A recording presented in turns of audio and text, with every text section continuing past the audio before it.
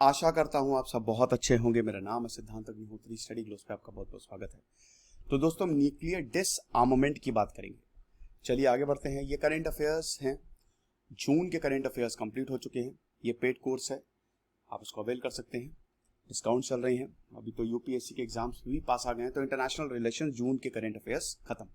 Polity, governance, environment, science and tech, disaster management, जून तक सारे के सारे करंट अफेयर्स आर अपडेटेड। और 10 सितंबर तक, मतलब अगस्त तक, सारे के सारे करंट अफेयर्स अपडेट हो जाएंगे। तो न्यूज में क्यों है? देखो, Stockholm International Peace Research Institute SIPRI की 2021 की रिपोर्ट है कि जो न्यूक्लियर वॉरहेड्स हैं भाई, जो ग्लोबल मिलिट्री स्टॉक पाइल है ना, वो बढ़ता जा रहा है और पता नहीं कब तक बढ़ेगा। भारत का जो न्यूक्लियर वॉरहेड है वो 150 था, अब 6 और बढ़ गए, 156 हो गए। पाकिस्तान चाइना का भी ज्यादा, पाकिस्तान का 200 से ऊपर है, चाइना का भी इतना ही है। रशिया और अमेरिका अगर दोनों को मिला दें तो 90% ग्लोबल न्यूक्लियर वेपन्स इनके पास हैं। तो ये एक बहुत बड़ा, बहुत ही खतरनाक साइन है। ऐसे तो न्यूक्लियर डिसआर्मामेंट हो ही नहीं पाएगा। तो चाइना और भारत दोनों ही अपने न्यूक्लियर आर्सेनल को एक्सपैंड कर रहे हैं।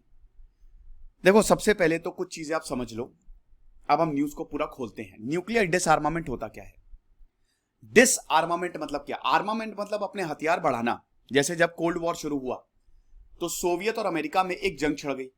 ये जंग इनडायरेक्ट थी। अच्छा, तूने बीएमडब्ल्यू ली, मैं मर्सिडीज लेता हूं। अच्छा, तूने मर्सिडीज ली, मैं हेलीकॉप्टर लेता हूं। और हेलीकॉप्टर ली, मैं अभी जेट उतारता हूं।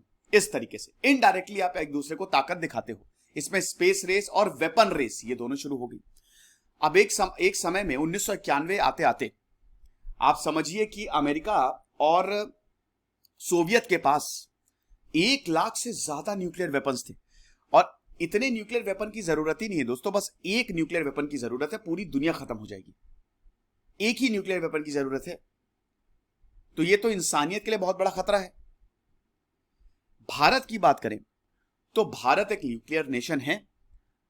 8 ही न्यूक्लियर नेशन है पूरी दुनिया में। परमानेंट 5 है। कौन कौन से? सबसे पहले न्यूक्लियर टेस्ट 1945 में ऑपरेशन ट्रिनिटी, अमेरिका। जब ओपेनहाइमर ने जब न्यूक्लियर टेस्ट किया तो हम ये देखते हैं कि उन्होंने गीता का श्लोक बोला। फिर उसके बाद सोवियत 1948 के दौरान, यूके, फ्रांस और चाइना। चाइना आखिरी था। फिर आती है 1969 में आपकी एनपीटी, नॉन प्रोलिफरेशन ट्रीटी, कि इस डेट के बाद अब कोई भी न्यूक्लियर टेस्ट नहीं करेगा, आप सबको साइन करना है। ये भारत ने बोला हम नहीं करेंगे न्यूक्लियर टेस्ट, कोई बात नहीं। आपने बोला, हमने मान लिया, लेकिन एक बात, एक शर्त है हमारी। 1969 से पहले इस ट्रीटी में यह था कि इससे पहले जिसने टेस्ट किया उनके पास न्यूक्लियर वेपन रहेंगे। तो भारत ने बोला कि पहले इनको डिसआर्म करो, डिसआर्मामेंट पहले इनका हो। अगर न्यूक्लियर वेपन नहीं रहना है तो पूरी दुनिया का नहीं रहना है। यह डिस्क्रिमिनेटरी है, क्यों हमको आप बोल रहे हो साइन करने के लिए, लेकिन वही जो परमानेंट 5 है, ये महानुभाव हैं, इनको आप बोल रहे हो कि नहीं नहीं, इनके पास न्यूक्लियर वेपन रहेंगे। हमारे पड़ोसी है चाइना और उसके पास न्यूक्लियर हथियार, और चाइना से हमारे रिलेशन बहुत अच्छे नहीं रहे हैं। 1962 में इसने धोखा दिया था, तो हम साइन नहीं करेंगे। सीटीबीटी को भी साइन नहीं किया भारत ने 1990s में। तो परमानेंट 5। फिर भारत ने जैसे ही 1998 में पोखरण टेस्ट किया, एक हफ्ते बाद पाकिस्तान ने टेस्ट कर लिया। तो फिर पाकिस्तान, इजराइल और नॉर्थ कोरिया, ये जो नेशंस हैं, ये जो 9 नेशंस है, दे आर न्यूक्लियर नेशंस। और बाकी कोई भी न्यूक्लियर नेशन नहीं है। और न्यूक्लियर नेशन का मतलब है आपके पास पावर है, तो दुनिया आपकी सुनेगी भी। तो अब ये न्यूक्लियर डिसआर्मामेंट, यानी कि आपको अपने न्यूक्लियर वेपन्स को रिड्यूस करना है, एलिमिनेट करना है, ये 1950 से ही शुरू हो गया था। 1955 में नॉन अलाइंड मूवमेंट जब शुरू किया, जवाहरलाल नेहरू, भारत के जवाहरलाल नेहरू, घाना के, अरे यार नाम बड़ा उनका अजीब था, मैं भूल गया, घाना के राष्ट्रपति, इजिप्ट के गमाल अब्दुल नासिर, यूगोस्लाविया के जोसेफ ब्रोज टिटो और सुकर्णो इंडोनेशिया के, इन 5 देशों ने नॉन अलाइंड मूवमेंट शुरू किया कि हम तीसरा वर्ल्ड बनाएंगे। तो भारत हमेशा डिसआर्मामेंट के फेवर में रहा है। और भारत की जो न्यूक्लियर पॉलिसी भी है ना, जब भारत ने अपना न्यूक्लियर टेस्ट किया तो अमेरिका ने बोला, ए इधर आ, इधर आ, इधर क्या बहुत उछल रहे हो, क्योंकि ऊपर सैटेलाइट्स थी। एक मूवी है जॉन अब्राहम की, बहुत बढ़िया है, आप जरूर देखिएगा। तो ऊपर सैटेलाइट से अमेरिका नजर रखता था भारत पे कि कहीं ये न्यूक्लियर टेस्ट तो नहीं कर रहा है। और ये ट्रकों में गए हैं, सामान जो है ना ट्रकों में गया न्यूक्लियर का सामान। तो 1998 में हमने पोखरण टेस्ट किया। तो बिल क्लिंटन ने बोला है, बिल गेट्स बोल रहा हूं, सॉरी, बिल क्लिंटन ने बोला इधर आओ, बहुत उछल रहे हो, सैंक्शंस लगाएंगे तुम्हारे ऊपर, ऐसी की तैसी करेंगे। अटल बिहारी ने बोला ये अच्छी बात नहीं है, लगा दो सैंक्शंस, हम नहीं झुकेंगे, बस नहीं झुके वो।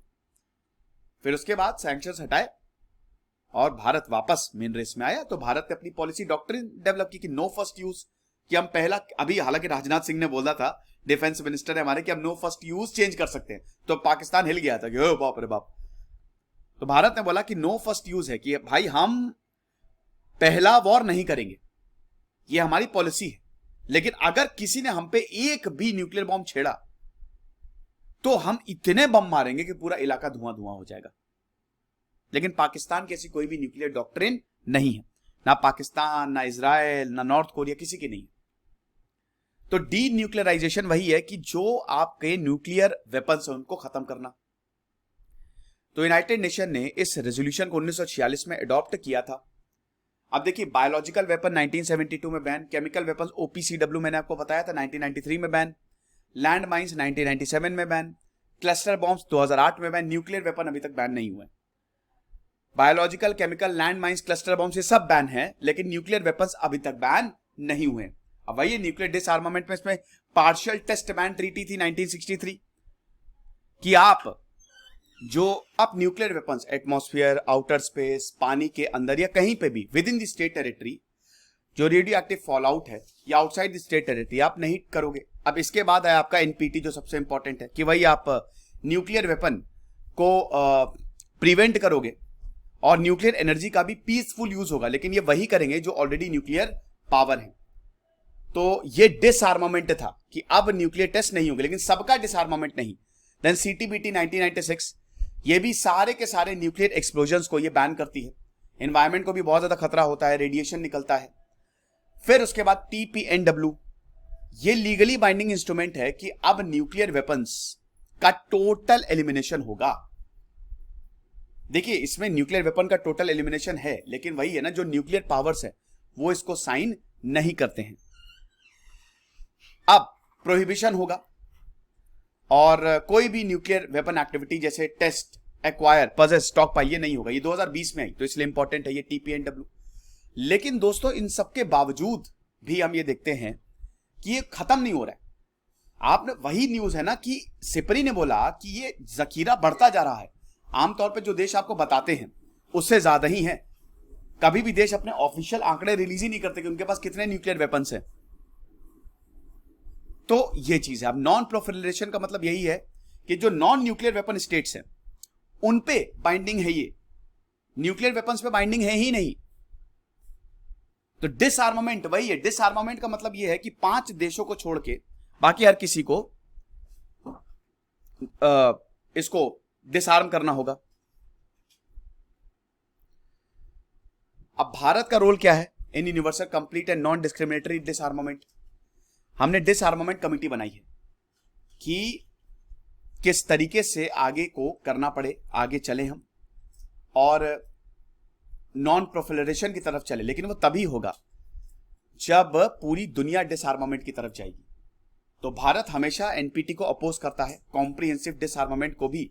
जब तक पूरी दुनिया, यूनिवर्सल न्यूक्लियर डिसआर्मामेंट होना चाहिए, किसी एक के पास भी न्यूक्लियर वेपन्स नहीं होने चाहिए। तो भारत ने सीटीबीटी भी साइन नहीं की है और भारत ने अभी again, it's also not a comprehensive instrument, TPNW की बात करें तो इसको भी भारत ने खत्म किया है। देन कॉन्फ्रेंस ऑन डिसआर्मामेंट, ये वही है, ये सिंगल मल्टीलेटरल डिसआर्मामेंट नेगोशिएशन फोरम है कि यहां पे जितने भी न्यूक्लियर नेशन से आते हैं नेगोशिएट करते हैं। लेकिन प्रॉब्लम ये है ना कि जो न्यूक्लियर स्टेट्स है, अमेरिका, रशिया, वो अपने न्यूक्लियर वेपन्स त्यागने को तैयार नहीं है। तो हम कैसे त्याग दें? तो भारत का स्टैंड क्या? वही नो फर्स्ट यूज, मैंने बताया कि हम पहले किसी पे इस्तेमाल नहीं करेंगे। और भारत ने एनएफयू अभी तक रिवाइज नहीं किया है ना। डिफेंस मिनिस्टर ने बोला था, राजनाथ सिंह ने बोला था कि हो सकता है कि हम नो फर्स्ट यूज इंस्टांस से थोड़ा सा अलग हो जाए, लेकिन भारत यही चाहता है कि डिसआर्मामेंट हो, पूरी दुनिया का हो। हम हमेशा से दुनिया की भलाई चाहते हैं, दुनिया में अमन चैन चाहते हैं। और nuclear डिसआर्मामेंट it will be achieved through step by step process. Universal commitment होना चाहिए, मल्टीलेटरल फ्रेमवर्क होना चाहिए, वरना तो कोई फायदा नहीं है। कॉन्फ्रेंस ऑन डिसआर्मामेंट, ये 1979 में स्टैब्लिश हुई थी, इंटरनेशनल कम्युनिटी है, नेगोशिएट करते हैं। और ये जितने भी मेंबर 65 मेंबर स्टेट्स हैं, ये biological weapon convention, chemical weapon convention, इस पे भी नेगोशिएट करते हैं। इनफैक्ट जो बायोलॉजिकल और केमिकल पे बैन लगा है वो यहां से ही उठ के आया है। तो conference United Nation, it's not officially United Nation recognized, ठीक है, लेकिन यस कि यूनाइटेड नेशन सेक्रेटरी जनरल जो हैं उनका पर्सनल रिप्रेजेंटेटिव इसको अटेंड करता है। और जो यूनाइटेड नेशन के रेजोल्यूशंस है, कई बार ये कॉन्फ्रेंस रिक्वेस्ट करती कि ये रेजोल्यूशन जरूरी है न्यूक्लियर वेपन्स के लिए, तो यूनाइटेड नेशन इसको अडॉप्ट करता है। चैलेंजेस क्या है ग्लोबल न्यूक्लियर डिसआर्मामेंट के साथ? न्यूक्लियर वेपन्स का मॉडर्नाइजेशन हो रहा है, न्यूक्लियर इन्वेंटरीज जो है वो लगातार बढ़ती जा रही है और नए नए न्यूक्लियर वेपन्स जो है वो बनाए जा रहे हैं। कंसेंसस नहीं है, कंसेंसस मतलब एग्रीमेंट। सॉल्ट स्टार्ट ट्रीटी है, strategic arms reduction treaty. INF है, intermediate range nuclear force treaty. America ने ये जितने भी हैं इन सबको एलिमिनेट किया है, ये न्यूक्लियर एग्रीमेंट्स हैं। बायलेटरल ट्रीटी, अमेरिका रशिया ने बायलेटरल ट्रीटी, मैंने बताया ना कि 90% न्यूक्लियर वेपन्स अमेरिका और रशिया के पास है, इन दोनों ने साइन की, लेकिन कोई भी इसको अधेर नहीं करता है। बोला अरे छड़ा ट्रीटी है, बस ऐसे पेपर है, पड़ा रहेगा, क्या दिक्कत है, अपना न्यूक्लियर वेपन बनाते रहो। फिर JCPOA से अमेरिका का विड्रॉल, ये सबसे बड़ी डोनाल्ड ट्रंप की गलती थी। ईरान का न्यूक्लियर प्रोग्राम जो था, ईरान पे सैंक्शंस लगाए गए थे और फिर सैंक्शंस हटा लिए थे। न्यूक्लियर डील जो है, क्योंकि ईरान पे ऊपर यह आरोप लग रहा था कि ईरान न्यूक्लियर वेपन बना रहा है, तो उसके बाद फिर 2006 में यूनाइटेड नेशंस अमेरिका ने सैंक्शंस लगा दिए। फिर फाइनली 2015 में सैंक्शंस हटाए गए और न्यूक्लियर ट्रीटी जो है, न्यूक्लियर डील जो है वो साइन हुई, JCPOA, लेकिन फिर डोनाल्ड ट्रंप इससे बाहर चले गए। तो कोई कंसेंसस ही हमको देखने नहीं मिलता। फिर चाइना जो है वो लगातार एक्सपैंड करता जा रहा है। चाइना किसी भी मल्टीलेटरल डिस्कशन में शामिल नहीं होना चाहता है। अब ये हिंट दे रहा है कि चाइना अपना हथियार का जखीरा जो है वो बढ़ाता जा रहा है। फिर उसके बाद भारत के साथ बहुत खराब रिलेशन है, पाकिस्तान के साथ बहुत अच्छे रिलेशन है, पाकिस्तान भी न्यूक्लियर नेशन, चाइना भी न्यूक्लियर नेशन। तो ये जो मेंबर्स है इनमें कंसेंसस है ही नहीं। इंडो पैसिफिक रीजन में लगातार न्यूक्लियर एक्टिविटी जो है वो बढ़ती जा रही है। वे फॉरवर्ड क्या है? वे फॉरवर्ड यही है कि सबसे पहले तो हमको न्यूक्लियर डिसआर्मामेंट के लिए बहुत ज्यादा गंभीर होना पड़ेगा। ओके, जो न्यूक्लियर हथियार है उनको कम करना पड़ेगा। जो न्यूक्लियर वेपन स्टेट्स उनको न्यूक्लियर डेटरेंस पॉलिसी को रिनाउंस करना पड़ेगा और इसमें unconditionally they should not first to use. ये चीज कहने का मतलब यही है कि यहां पे सबको साथ में आना पड़ेगा, रिस्पॉन्सिबिलिटी लेनी पड़ेगी और डिसआर्मामेंट शुरू करना पड़ेगा। नहीं कर रहे हो तो हर किसी को नो फर्स्ट यूज पॉलिसी जैसे भारत की है वो अपनानी पड़ेगी और अगर बैन हो जाए इस पे तो बहुत ही बढ़िया है। तो ये फैक्टर्स आपको एग्जामिन करने हैं। देखिए न्यूक्लियर डिसआर्मामेंट से कोई भी क्वेश्चन आए तो सबसे पहले तो आपको न्यूक्लियर डिसआर्मामेंट समझाना है, फिर उसके बाद छोटे में ही लिखिएगा, क्योंकि देखिए 250 और 150 वर्ड्स में आपको आंसर लिखने हैं। तो छोटे में ही आपको लिखना है कि अभी तक हिस्ट्री क्या रही है, कितनी न्यूक्लियर ट्रीटी आई है भारत के लिए, अगर भारत उसमें इन्वॉल्व है तो भारत के लिए क्या प्रॉब्लम है, भारत ने क्यों सॉल्व नहीं किया। फिर way forward is the most important part of the answer, क्योंकि आप सोल्यूशन बता रहे हो। याद रखिएगा, जो भी आप आपको सवाल मिलेगा ना वो क्वेश्चन है, वो उसका सोल्यूशन आपको बताना है कि इस प्रॉब्लम का सोल्यूशन क्या है। तो अगर सोल्यूशन आप बता रहे हो मजा आ जाएगी। खुश रहिए, पढ़ते रहिए। इधर से सिद्धांत अग्निहोत्री साइनिंग ऑफ।